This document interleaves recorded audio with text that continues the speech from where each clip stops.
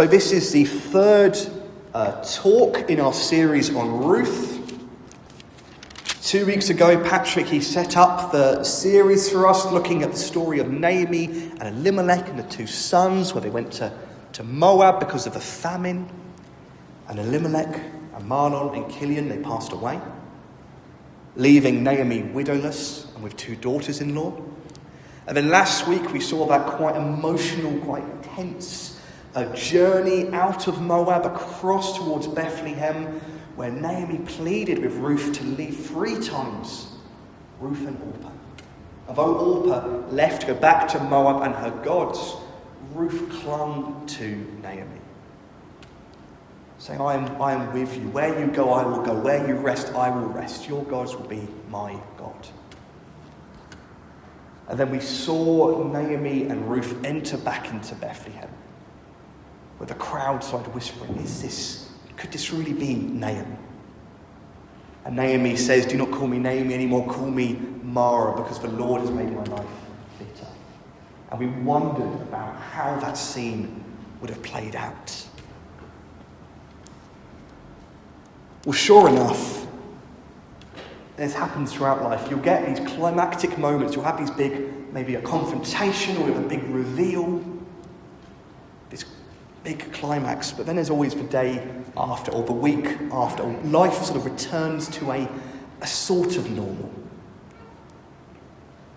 And for Naomi and Ruth then entering into Bethlehem, it would have been this great shock. Here is Naomi. We have not seen her for so many years, but she's alone, apart from this Moabite woman. It would have been all the talk, all the gossip and discussion of the day. But after a while, it would have been normal that Naomi was here. She's back. Let's just move on. And although they may not have talked much to Ruth, they would see her around.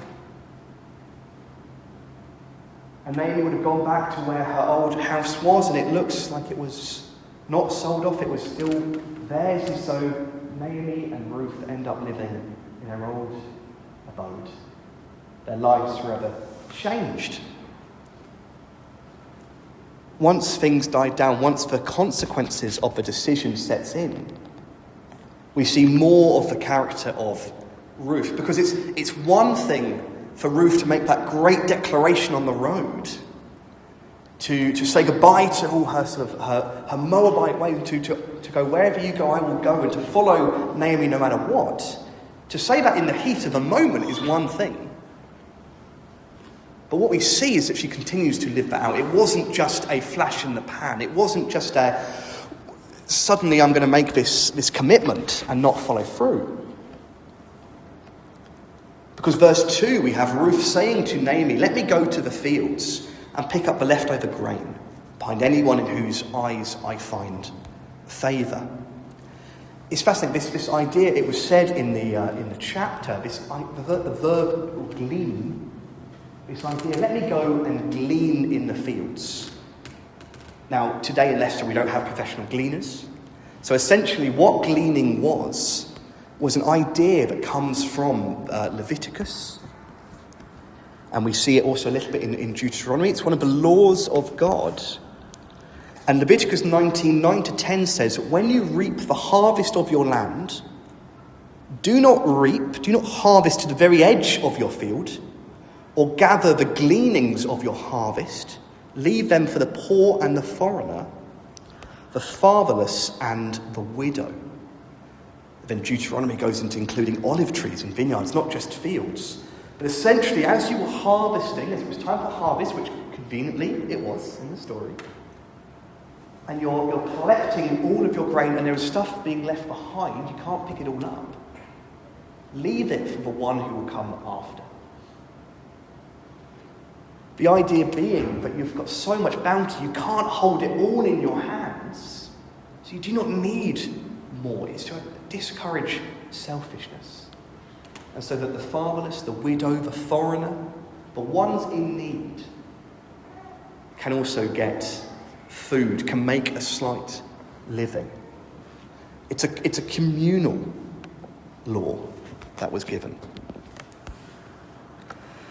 And we learn from history as well that this is something which was uniquely Jewish for the time.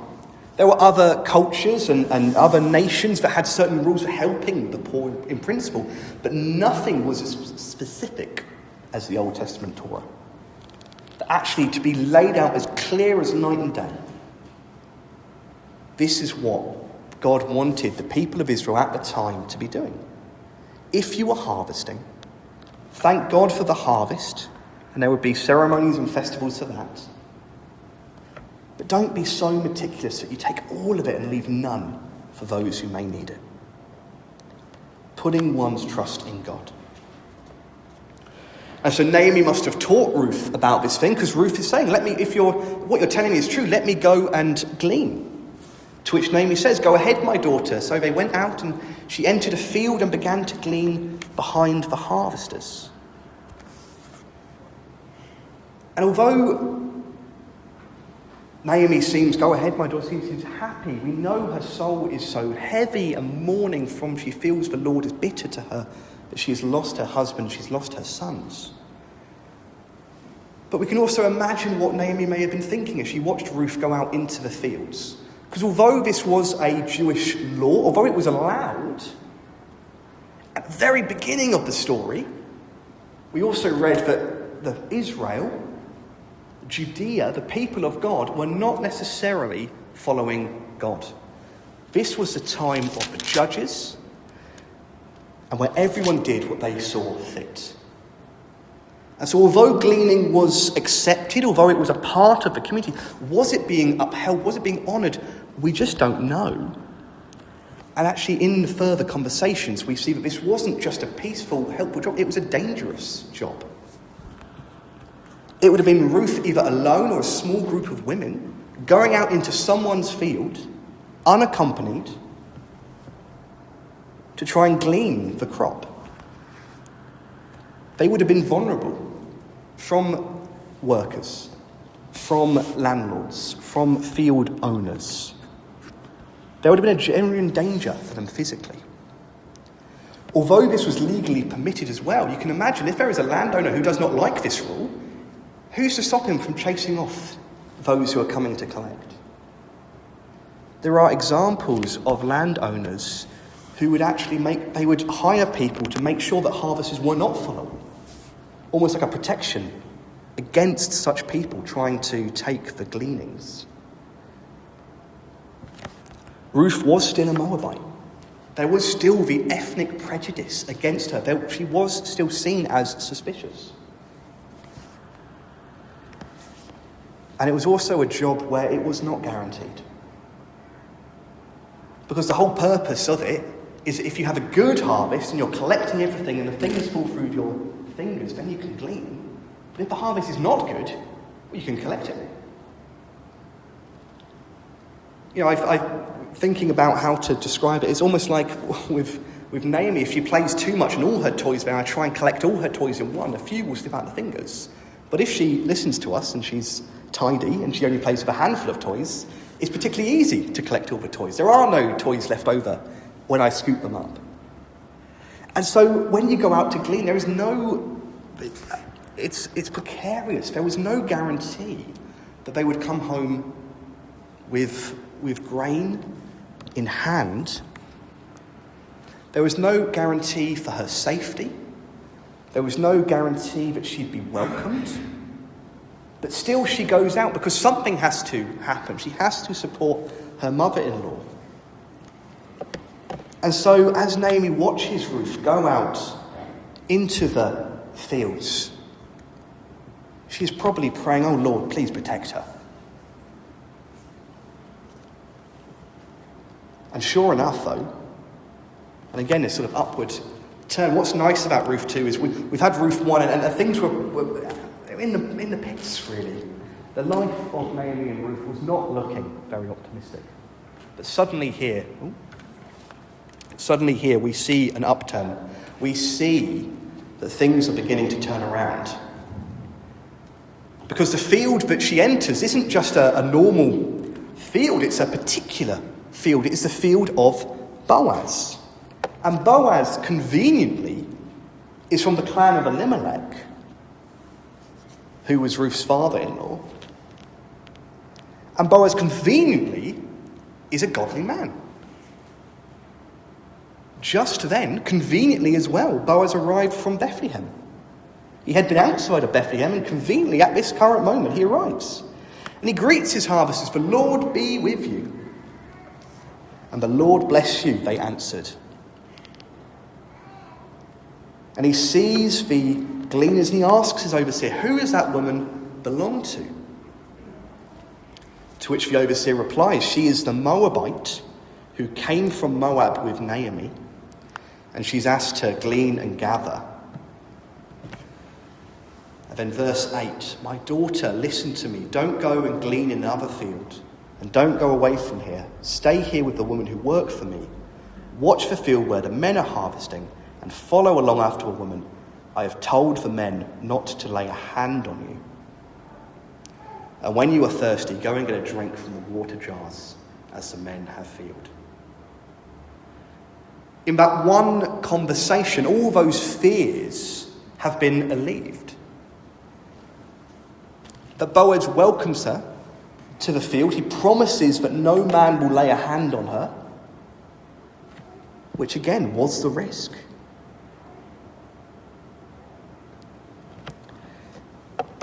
She will no longer be socially isolated. She will no longer have to be worrying about whether or not there will be harvest. But Boaz says, "You're welcome here. You can come into this field. We will look after you. Follow along with the other harvesters." To which Ruth says, "Why have I found such favour in your eyes?" A foreigner, she's aware of her standing, but yet Boaz says, "I've been told about your faith. I've been told about your commitment to Naomi. May the Lord repay you for what you've done. May you be richly rewarded by the Lord, the God of Israel, under whose wings you have come to take refuge."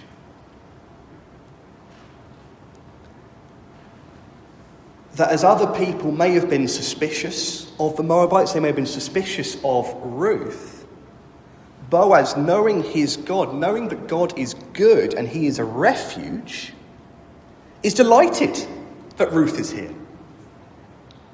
He's heard the story of what she has done for Naomi, and he's overjoyed, he's in awe. And he knows how good his God is. And so Boaz is saying, "Welcome. Welcome to Bethlehem. Welcome to the land of God. You have come under the wings of the God of Israel. You have come to take refuge." And the story just gets better and better. When it comes time to eat, Boaz actually invites Ruth to come sit so that people would see that she is protected by him.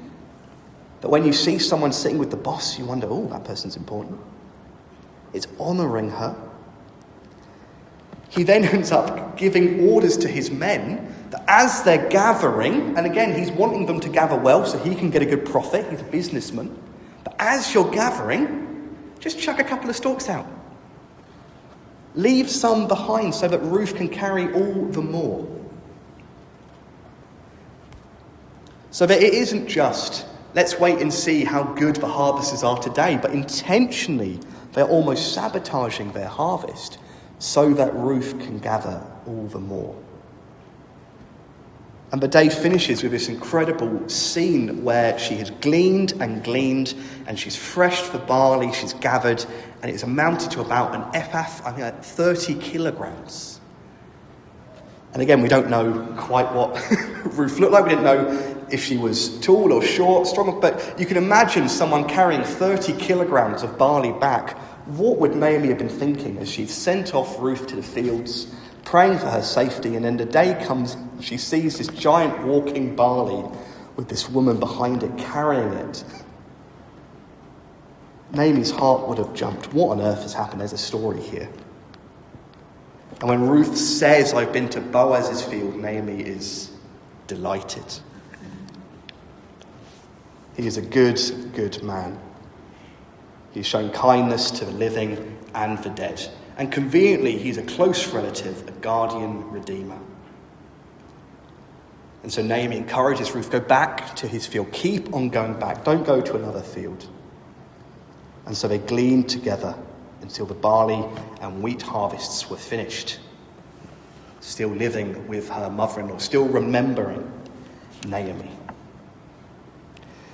And so it's this lovely story, really, a story of sort of, we'd say, coincidences, where it just so happened that on the day that Ruth decided to go gleaning, she just happened to choose a certain field, and the owner of the field just so happened to be returning to Bethlehem, who just so happened to be this good godly man, who just so happened to be from the clan of Elimelech, who just so happened to be Ruth's father-in-law. There's a lot of coincidences. If you don't believe in God, there's a lot of coincidences. Wow. Ruth has rolled the dice and they've all turned up 6. You know, it's what a coincidence. They should write a story about this. But what we've seen so far is that this hasn't just been coincidences. That there are no coincidences in the Bible. That this is a story which shows God's almost imagination. It shows his sovereignty. It shows his master plan. That, as we said after Patrick's first talk, looking at chapter 1:1-5, if you could imagine that now they're in a position where suddenly Ruth's almost got a steady job with this guardian redeemer who's a wonderful man, a boss and life taking up, you would not have foreseen that. But God did, because he orchestrated it. That Ruth choosing to put her faith in Naomi's God, by seeing Naomi's own faith and seeing I want a faith like that and choosing to honour and respect and look after her mother-in-law and following her God by becoming a woman of faith, we see how God has protected her. That those hymns we sing, all the ways my Saviour leads me, suddenly rings true. Because it is no coincidence that Ruth just so happened to go to Boaz's field. And it is no such coincidence that they arrived back in Bethlehem as the harvest was beginning. And it is not a coincidence that the guardian redeemer, who we'll get to in previous future talks, came at that moment. But Ruth did not know that when she went out into the field. They did not know what the day would bring. They did not know how God was going to work. And sometimes in life we can find ourselves looking at these obstacles, looking at these situations. In that morning, again, that prayer of Naomi, when she sees Ruth going, she does not know what's going to happen to her daughter. Maybe she'll come back empty-handed. Maybe she will be harassed and assaulted for being a Moabite woman. Maybe she will be raped. She did not know. But yet she returns full. Full of the harvest, but also with his future, assured by Boaz.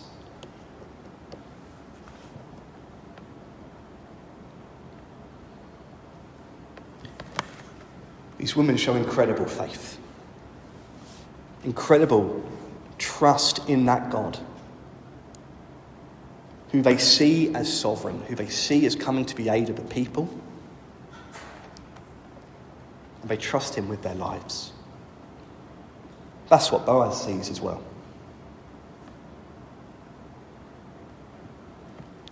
And so we can look at this story and we can be grateful that the same God who is orchestrating and will continue to, the story doesn't finish here, it gets even better. But this God who is orchestrating this is the same God who we follow today. That as we look at the obstacles facing us for today or the next week or the next month, we know that the God who we follow and trust is the God who protects and the God who guides and the God who leads, and all the wonderful things we sang today and the wonderful things we read here. That every life is important to him. There is not a life that is overlooked. But again, in the culture, Ruth is the lowest of the low. But yet she is the woman being honoured above them all.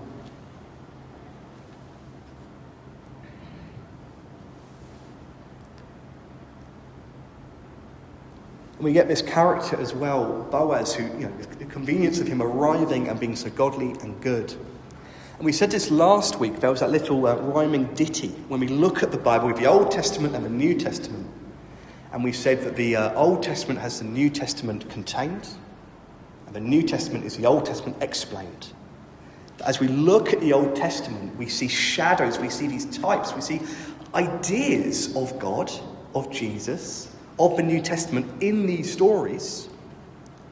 And then when we read the New Testament, all these ideas become fully explained. And so if I say to you, there's a character in this story who is from Bethlehem, who is a redeemer, who is a godly man, who has the authority to welcome in the outsider into his field, who will protect her. I'm talking about Boaz, but I could easily be talking about a much greater man to come. That is the offer that Jesus gives. Boaz is doing it on a much smaller scale. He's doing it within the confines of the culture of the time. That he's offering protection to this woman who is gleaning. And he promises that she will be protected under his watch, and that they have fellowship together. He eats together. There is a fellowship is formed there, and she is blessed far beyond what she may deserve. He goes out of his way to bless her, with the promise being you can come back to this field any time and don't go to other fields. Is that not what God has done for us? That God finds us, he sees our faith, and he welcomes us into his kingdom. And he says you can be in the kingdom. Don't go to other kingdoms. Don't go following other things. Stay here, and I will protect you, and I will feed you, and we will not just have this sort of a master-servant relationship, but now I will call you friend. With his disciples, he ate together. You know my plans. We are friends. What a friend we have in Jesus is what we sing. And the promise is there forever.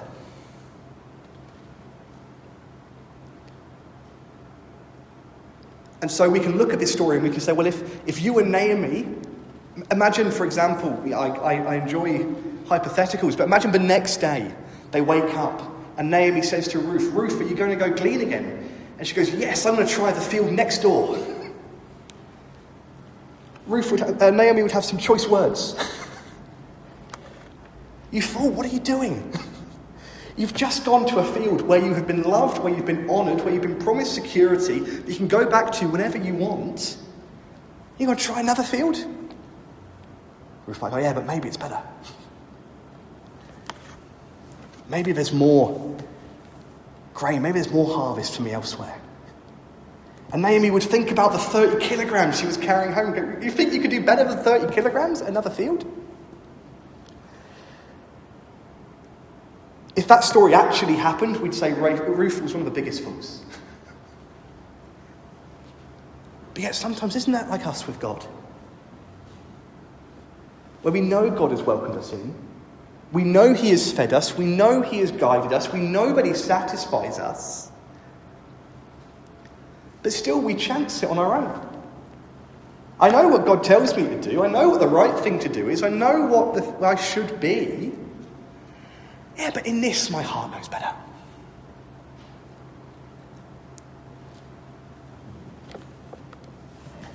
I know I should put God above everything because he's done so much for me.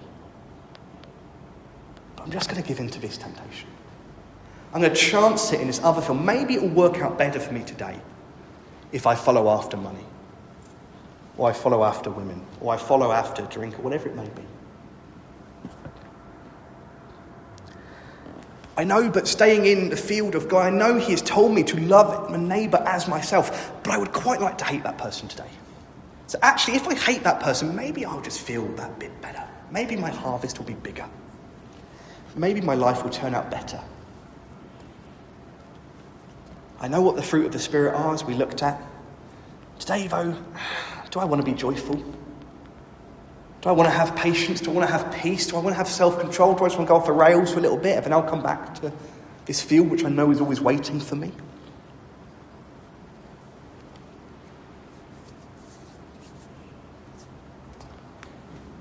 That is the tension that we live in. We can look at Ruth's story and we can see it's clear as day. Clearly, there is one right thing for Ruth to do. It's to return to Boaz's field. It's to return under Boaz's care and protection. And it is to reap the benefits. But when it comes to us, it becomes a grey moral minefield. Yeah, but. No, but. I'm not sure.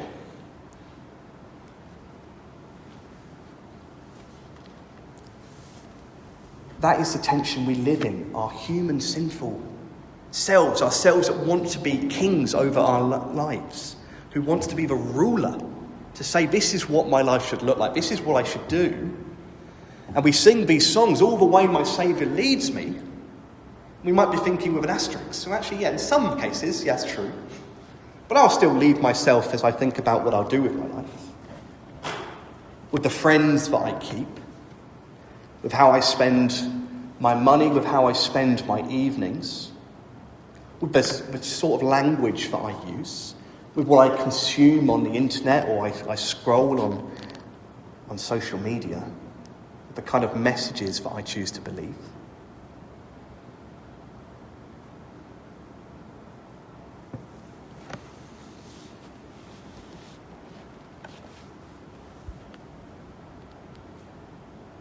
Oh, how God would love us to stay in his field, stay in his embrace. Draw near to God and he will draw near to you. Throughout the whole story of the Bible, there is a desire for a relationship. But we touched on this at Easter. That when Adam and Eve, they eat from the fruit and they sin, what is the first thing that God asks? He says, where are you? That relationship has been distanced. As Boaz would have been overjoyed each day that Ruth came back to the field to glean,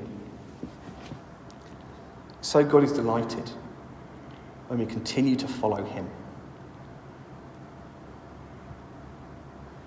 And he wants to have that position. What does the Lord say is? The Lord is our shepherd. Psalm 23, the Lord is my shepherd, I shall not want. Do we trust him with all things? Do we let him lead us? Do we see that he's working out this amazing master plan for his glory, which blesses us? Or actually, when you look at God, do you wonder if he even cares? Maybe you look at your past experiences and you go, I'm not sure that he actually is who he is. It's all very well me saying this, but you may go, but Joel, you don't know my life situations. You don't know the pain I have been through.